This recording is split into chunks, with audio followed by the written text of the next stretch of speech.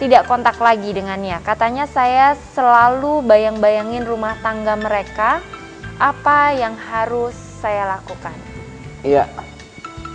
Begini, setiap orang itu punya problem. Yang penting kalau orang error, jangan sampai kita error. Kalau orang mau teror ya berarti anggap saja dia mau buang sampah hatinya kepada kita. Ya kita jangan terima sampahnya, buang juga. Maksudnya buang juga, maksudnya dibiarkan itu lewat. Jangan terlalu dipusingin. Prinsipnya belajar mengampuni. Kalau Anda diteror, mungkin Anda ngerasa terganggu, belajar mengampuni. Yang kedua, bangun aja komunikasi yang baik. Anda rundingan sama suami, kalau perlu datang, gimana, ada masalah apa atau bagaimana gitu kan. Biar lebih enak. Kenapa? Karena kalau tidak diselesaikan, mungkin kita nggak tahu kenapa istri mantan itu meneror terus kan gitu ya. Mungkin kalau dibangun komunikasi yang baik, kita mengampuni, sekalipun mereka melecehkan kita, ya sudahlah, biarlah. Yang penting dia error, kita jangan sampai error. Karena kalau kita menjadi error, itu akan mengganggu rumah tangga kita sendiri. Ya, kita tidak bisa mengendalikan reaksi orang, betul, begitu ya. Tetapi yang bisa kita kendalikan adalah bagaimana kita bereaksi terhadap orang tersebut, begitu. Ya, sama dengan kita nggak bisa membuat orang berkata sesuatu, tapi kita bisa mengendalikan perkataan kita. Kita nggak bisa paksa orang berubah, tapi kita bisa melatih diri kita untuk mengalami perubahan. Baik. Berikutnya dari 2508, saya mau tanya, apakah cinta kita kepada istri kita harus kita tunjukkan dengan cara menjadikan istri kita sebagai ibu rumah tangga yang dirumahkan? Karena setiap kami ada masalah, selalu istri saya bilang sama saya, makanya aku taruh di rumah. Lihat itu, istri tetangga hanya diam di rumah saja. Padahal saya sendiri hanya karyawan PT saja, dan saya selalu ngojek setiap pulang kerja. Apa yang harus saya lakukan? Dari Dr. N. Sirait. Dari N. Sirait. Okay. Ya, dari N. Sirait. Pertanyaan tadi, Bu. Apa yang harus dilakukan dengan rumah tangganya? Apakah mencintai istri itu harus ditunjukkan dengan cara merumahkan istri? Dalam artian istri itu tidak bekerja, karena setiap kali ada masalah, sang istri selalu mengatakan bahwa lihat tetangganya istrinya di rumah dan baik-baik saja, begitu. Oh, jadi ya, maksudnya apakah istri itu harus di rumah? Nah, sebetulnya enggak, tergantung komitmen dari kedua belah pihak. Ya kan? Kalau kalian punya, misalnya, taruhlah misalnya saya punya ekonomi pendapatan sekian, tapi kita punya target tujuan sekian. Istri masih produktif, dia mau bekerja, yang penting kita punya komitmen bersama itu. Bagus dikomunikasikan dengan baik, dibangun cinta yang baik, maka tidak ada masalah. Istri harus kerja. Ya, seperti itu. Buat yang kirim SMS begini, Pak. Mungkin Anda merasa penghasilan Anda kan kurang. Iya. Istri karena terpaksa dalam kondisi PT bekerja. saja. Saya pernah mengalami posisi Anda. Tapi yang pasti begini, waktu istri Anda bekerja, coba dikomunikasikan. Yang keuangan kita kurang, kamu mau nggak bekerja? Kalau nggak mau bekerja, berarti kita hidupnya begini nih. Sangat minim dan sangat sederhana. Kalau istri berkata, ya udah Pak, saya kerja saja. Kita kerja untuk membangun rumah tangga yang lebih baik. Nah, itu kan akan indah. Tapi kalau kita maksa istri, kamu harus bekerja, itu yang nggak benar. Komunikasikan dengan baik. Bagaimanapun tanggung jawab membiayai kebutuhan rumah tangga itu memang ada di suami. Tapi suami istri bertanggung jawab sebenarnya untuk melangsungkan rumah tangga itu untuk terus-menerus langgeng. Nah, makanya perlu komunikasi. Kalau misalkan saya rasa istri yang baik akan berusaha mengerti kondisi suami. Kalau suaminya lagi kurang, sebenarnya istri yang baik tanpa diminta kerja, dia akan bekerja. Kan gitu. Tapi kalau misalkan istri Anda belum menyadari fungsinya sebagai seorang penolong, coba Anda konseling deh, lebih enak. Kenapa si istri keberatan kerja? Kenapa? Apakah pandangannya? Mungkin pandangannya yang keliru. Ya. Bisa saja. Kenapa? Karena dia pengennya di rumah, malas kerja, atau karena ini, karena itu. Nah, itu coba dikomunikasikan. Saya rasa mungkin ada penyebabnya. Apakah dia dari latar belakang keluarganya dididik, Do, kamu wanita harus di rumah. Bisa aja kan yang begitu. Kamu harus di rumah terus-menerus, layani suami yang baik. Itu fungsinya seorang wanita. Nah, karena dia dididik begitu, dia ngerasa kalau dia nggak di rumah, nggak maksimal jadi seorang istri. Nah, bisa jadi. Nah, itu perlu dikomunikasikan. Tangkap dulu kenapa istri berpikiran seperti itu.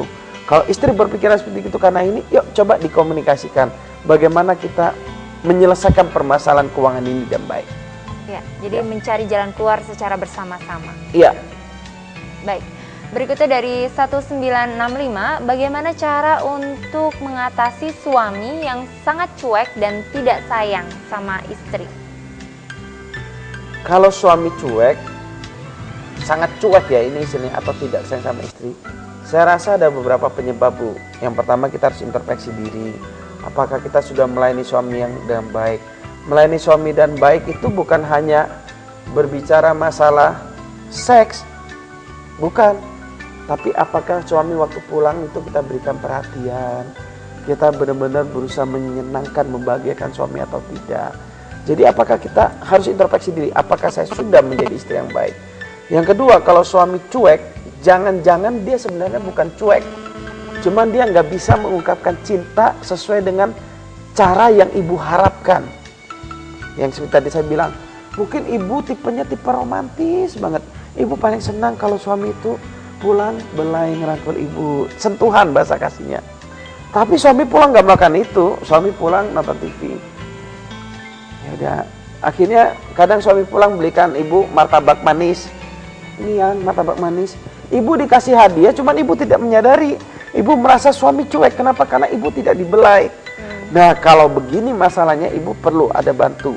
Alat tes itu lebih bagus. Ada alat tes namanya untuk mengenali kepribadian, untuk mengenali bahasa kasih kita, untuk mengenali tempat di mana kita cocoknya dan bagaimana cara kita membangun hubungan suami istri.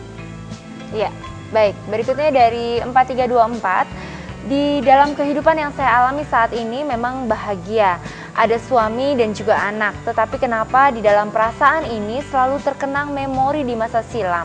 Karena ada kenangan yang tidak terlupakan, sehingga sekarang ini masih belum bisa untuk melupakannya. Yang ingin saya tanyakan, bagaimana cara menyembuhkan perasaan yang terluka? Sedangkan suami tidak pernah mau mendengarkan keluhan dari si istri. Jadi ada perasaan istri yang sempat terluka, tetapi si suami tidak mau mendengarkan keluhan dari istrinya. Sayangnya tidak diceritakan terkenang apa? Memori masa silam ini apa? Ya. Apakah terkenang dengan mantan pacar? Ya kan? Kalau dari lanjutan SMS-nya ini sepertinya bagaimana menyembuhkan luka perasaan yang diakibatkan oleh suami itu. Apakah terkenang karena perlakuan kasar suami, gitu kan ya? Ya, begini, Bu. Tadi kan ibu mengatakan bahwa cara menyembuhkan perasaan yang terluka, sedangkan suami tidak pernah mau mendengarkan keluhan si istri. Begini, kalau ibu merasa sangat terluka, mungkin ibu butuh bantuan dari konselor. Ibu butuh bantuan dari pihak ketiga. Mungkin kalau ibu langsung ajak suami kan agak sulit. Tapi saran saya untuk ibu menyembuhkan perasaan terluka, yang pertama, belajar mengampuni, Bu. Kenapa kita harus belajar mengampuni? Karena tidak ada seorang pun manusia di dunia ini yang sempurna. Yang kedua, belajar menerima kelemahan dan kelebihan dari suami. Kenapa kita harus belajar menerima kelemahan dan kelebihan dari suami? Karena kita sendiri memiliki kelemahan-kelemahan. Nah, kalau ada masa lalu yang pahit, masa lalu yang tidak enak sampai menyebabkan kita terluka, istilah saya itu adalah sampah. Ngapain kita menyimpan sampah dalam hati kita? Kita ini kan mau membangun suatu rumah tangga yang bahagia. Bagaimana caranya? Buanglah sampah itu. Bagaimana cara membuang sampah? Mengampuni sang suami dari hati yang paling tulus. Mungkin ibu berkata kepada saya, Pak, nggak bisa, terlalu sulit, terlalu sakit. Mungkin Anda pasti akan berkata seperti itu. Bapak enak tinggal ngomong. Karena saya pernah ngonseling seorang dan orang itu berkata seperti gitu. Saya cuma mau katakan begini, tidak ada manusia yang tidak pernah mengalami pengalaman pahit dalam hidupnya. Kalau orang lain bisa melalui pengalaman pahit dalam hidupnya, saya mau katakan ibu juga pasti bisa. Waktu ibu membuat keputusan mengampuni dan bisa bereaksi benar dengan kepahitan, pengalaman tidak enak yang ibu alami dalam hidup ibu, maka saya percaya ibu bisa keluar dan menjadi pemenang. Yang menjadi masalah bukankah apakah kita muncul sebagai pemenang yang benar atau pemenang yang salah? Itu yang menjadi masalah, Bu. Pemenang yang benar seakan-akan kelihatannya menang. Contohnya apa? Marah, pelampiasan. Kamu ini begini, ini luka hati, nggak ingin didengar, pelampiasannya ke yang lain dan berbagai macam. Kelihatannya menang sesaat. Tapi yang saya maksudkan adalah kita harus menang secara benar. Menang secara benar berarti kita menang atas diri kita, kita menang atas suami kita, menyelamatkan rumah tangga kita, dan memperoleh hidup yang bahagia. Itu menang yang secara benar yang saya maksudkan. Baik, berikutnya dari 7569. Selamat malam Pak, saya John. Saya di Tanjung Pinang. Saya mau tanya Pak, saya awalnya sayang dengan istri saya, tapi sekarang perasaan saya yang ada hanya benci sama istri saya. Mohon petunjuknya. Ya, Pak John, mungkin saya rasa kalau Anda sampai membenci istri itu pasti ada penyebab-penyebab yang saya yakin saya nggak bisa menjawabnya dari televisi.